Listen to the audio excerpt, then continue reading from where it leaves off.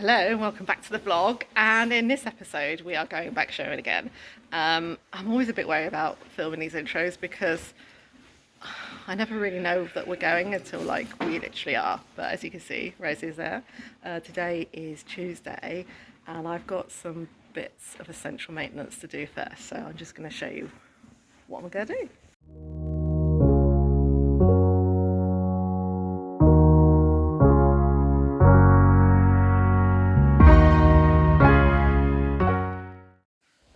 So first up, after the feedback we had from last time, this tail needs to be cut quite a bit, and also I'm going to have to shave it. I don't really want to.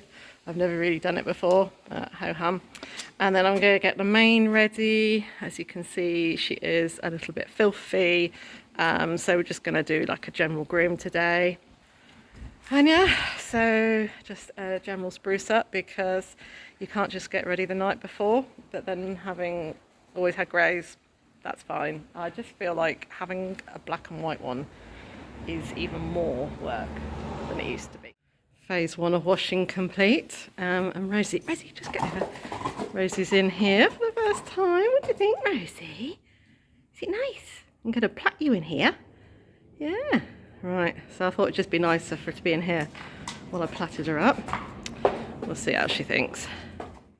Good morning, and it's the morning of the show now. Rosie's just eaten her breakfast. It's not as light as it looks. It's actually more dark. So yeah, it feels like I never left. I left here about 8:30 last night, and it is now, I don't know, just gone 6. So yeah, I'm going to get the horse box ready while Rosie's eating her breakfast, and then we'll get on to the show. So as you can gather now by now, it was a little bit of chaos. I was on my own. I was meeting a friend there at the show, but obviously I was getting Rosie ready on my own, and I didn't necessarily video everything I wanted to do. But you know what? That's real life. I don't have a fancy setup. I just do this all off my phone. So that was that. So I'll just put a photo in here. Basically in the morning I plaited Rosie up the evening before, and I had instantly regretted that, because the one thing that I had forgotten was you don't plait a horse's mane wet, like just washed wet. And her plaits just looked terrible, so I was just trying to ignore that fact the next morning that they just looked horrific. And then yeah, that was that. But there are a couple of really good products that I'd seen when I went to the first show on people. The boots that Rosie's wearing, they're from A&J Boots. They are amazing. So what I did was I put Rosie's whitening paste on her legs, then put the boots on while her legs were still wet, and then when I got to the show, her legs were immaculately white, just needed a quick brush, and they were the best thing ever. Why that did not exist when I was last doing showing, I don't know, but it was great. And then also something that I saw when I went to Pickering Grange for the inter-regionals. Yeah, inter-regionals. With Ishtar was a little coloured cob who had some little hock boots on. Little waterproof hock boots. So we asked her what the name of the company that was. That's Dream Chaser. Again, all the links for those companies will be down below, because you know, supporting small companies is great. And yes, I ordered some of those for Rosie. So there was a couple of new purchases, including a new fancy pants brow band as well, which, you know, why not?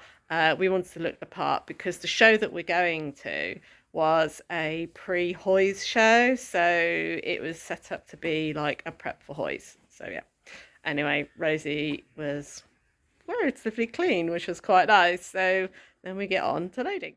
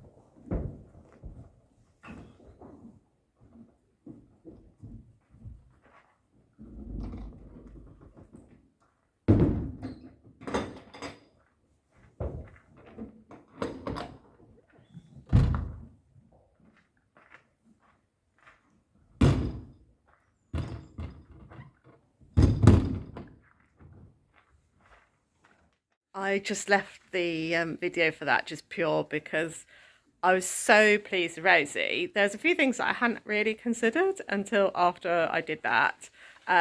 One, Rosie has never been on that horse box in her life. She's never been on a rear-facing 2 box. 2, I was all on my own. I've never loaded her on my own. It's only her second time going to a show.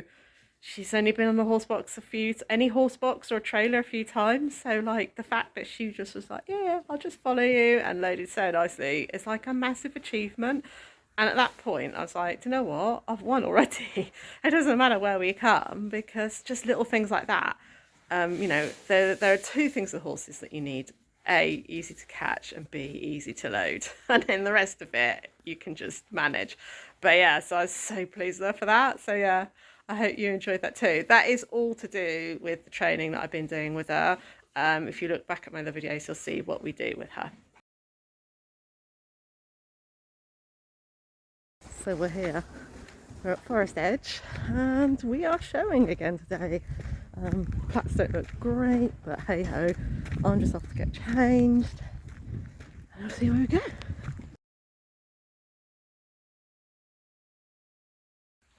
So when we got to the show, I'd already booked a day stable because I knew that we were going to be there potentially a long time.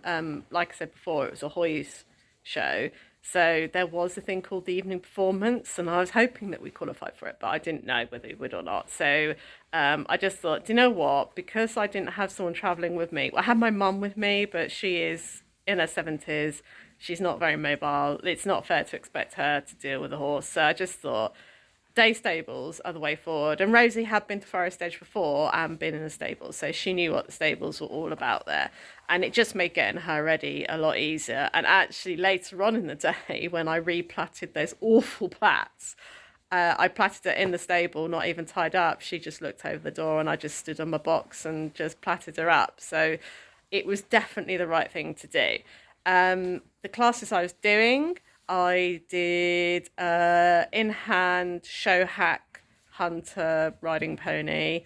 That was my first class. The second class was the chaps class, and then for the coloureds, platted coloureds. And then the third class was the novice.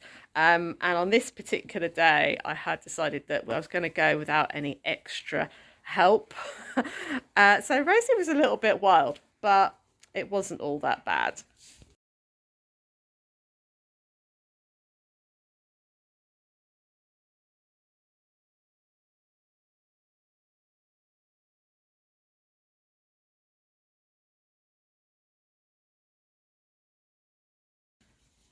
So the main things that Rosie did that maybe stopped her from placing higher. A, we weren't pros.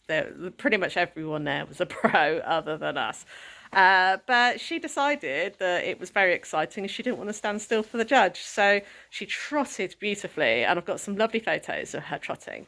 But she just would not stand still. It's like she got ants in her pants. But the judge was really good. She gave the opportunity to just, you know, stand and just get used to being in that environment and presenting herself. And this is what Rosie needs to learn, is that boring is good and that you just stand there and it's fine. And she, by class 3, she was much better. So we basically came last in every class. But do you know what? Again, I don't care. It was all about Rosie and her experience.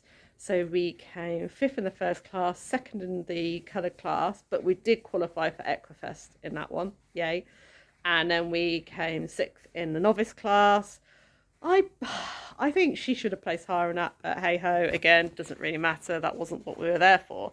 But we had, excuse me, we had actually qualified for the championships, 2 championships. One in the coloured, was it coloured? Yes, in hand. That's it, yeah, the in-hand championship for the evening performance and the home produced.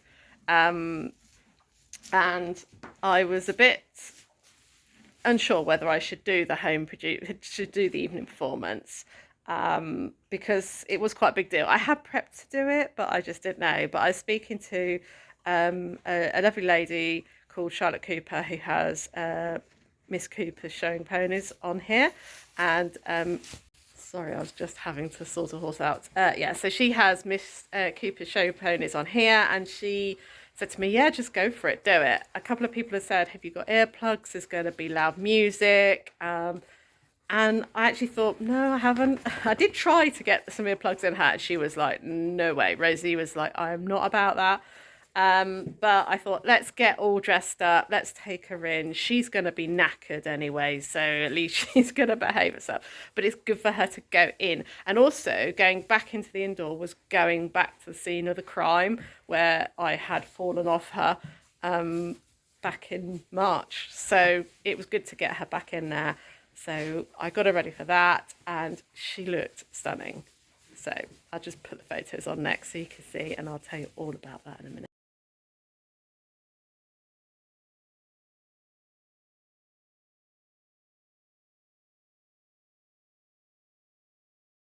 So the evening performance was absolutely amazing.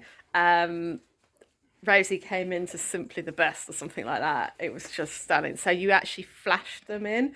So usually in a showing class, you walk in, you walk round, as you've seen in my other vlogs.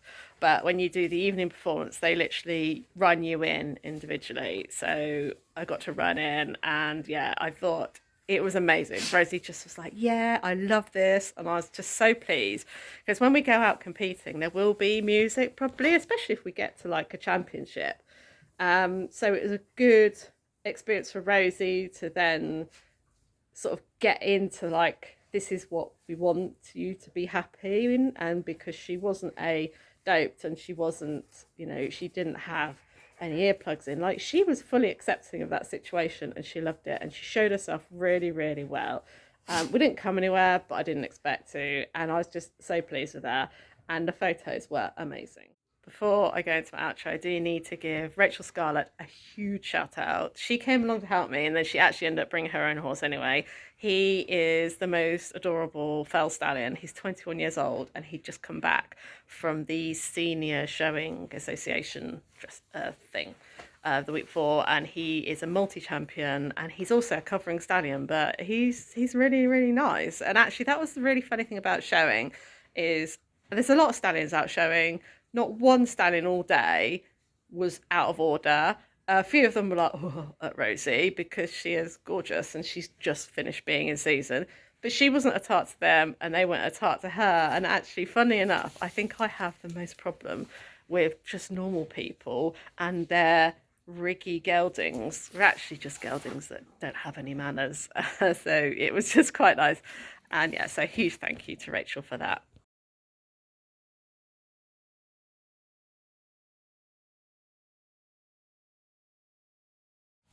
And that concludes the vlog. I had sort of thought I might go out again, but I went fence judging instead, because I have to say, getting ready to go to shows is like, yeah, it's hard. And I did really enjoy it. And I do have a plan for next year, because Rosie actually qualified for Equifest in one class. And there are many potential opportunities to qualify for other classes at Equifest. And for those of you that don't know, I will put in down below an Equifest video from a lovely lady called Charlotte Cooper, who I met at the show, and I've been following her for some time while I've been sort of getting back into showing. And Equifest is like a massive, long 4-5 day show at Arena UK, which is one of my favourite venues anyway. With just lots of showing. So I thought, let's go there next year for a party. Hopefully it'll be ridden as well. And yeah, good opportunity just to get Rosie out and used to competing. And they do have a few dressage classes there. So I don't think we're going to go BD next year. I just don't think I'm ready, let alone her. So I think that'll be the plan. But yeah, thanks for watching, and there will be a load more videos coming soon. I'm back on the video train. So yeah, thanks for watching.